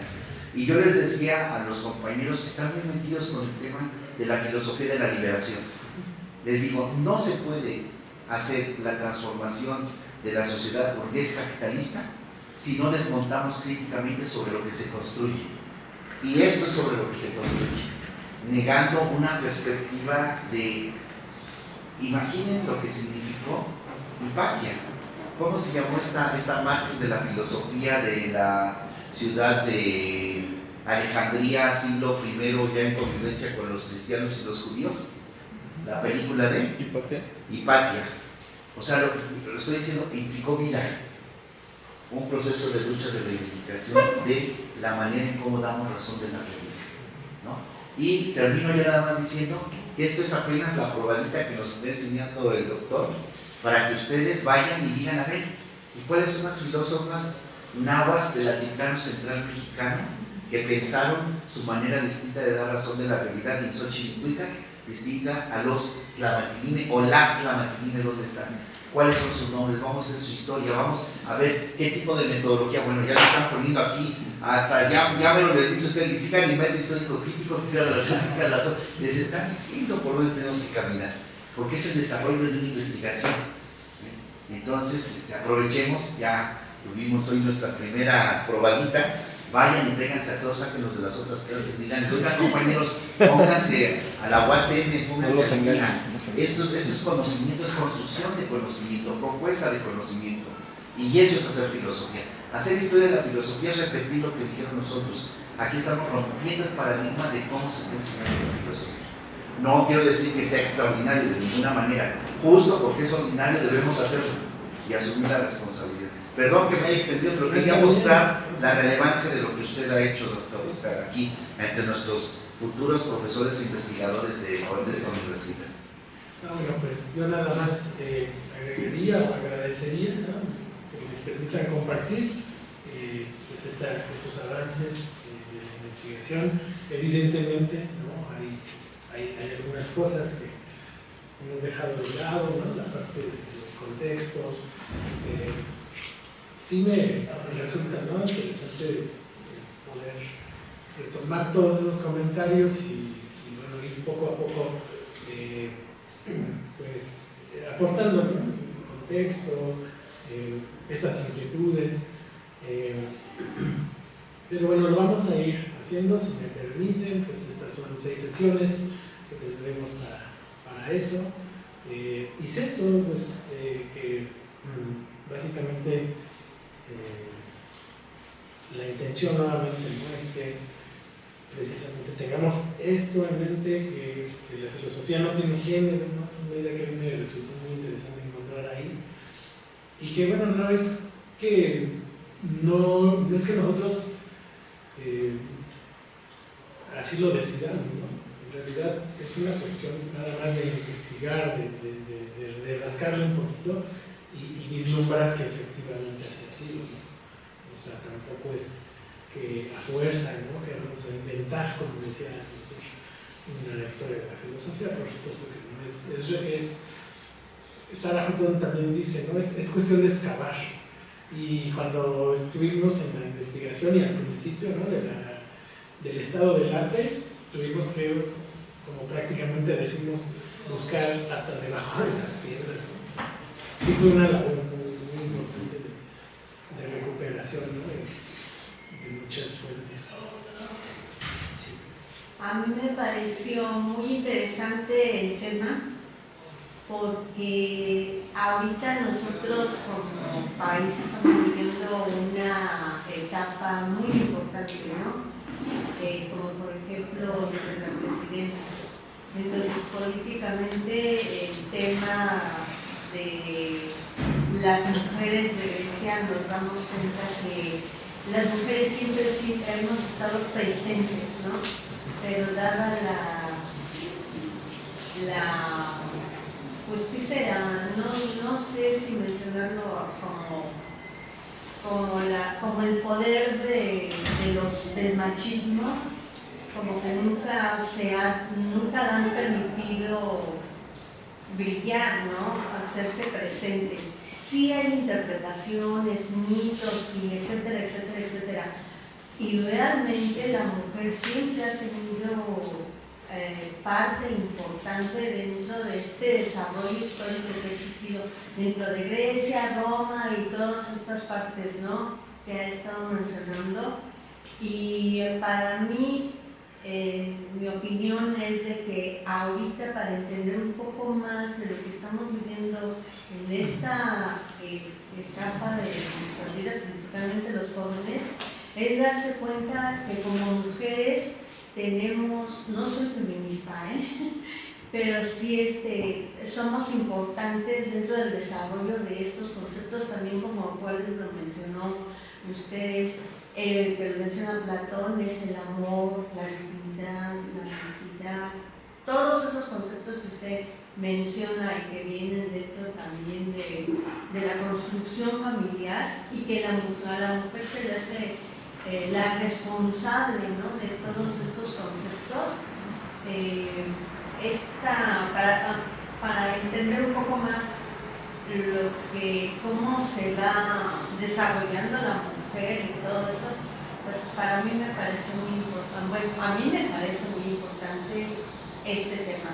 Y como bien dice usted y el profesor Colín, en esta parte de incluirla, ¿no?, dentro de la filosofía, pero y de otros contextos muy diferentes, pero que también, así como se mencionan tantos filósofos y más modernos en algunas veces antiguos, se mencionan estas mujeres antiguas que ya traían esa filosofía que ahorita, como lo estoy viendo, pues ya también viene de ellas, ¿no? Esa rebeldía que tenían, esa actitud de representación que no se les daba anteriormente. Es todo. Gracias. Gracias. Pues ya llegamos al término de la charla, y pues les agradezco mucho, y de verdad, pues eso, ¿no?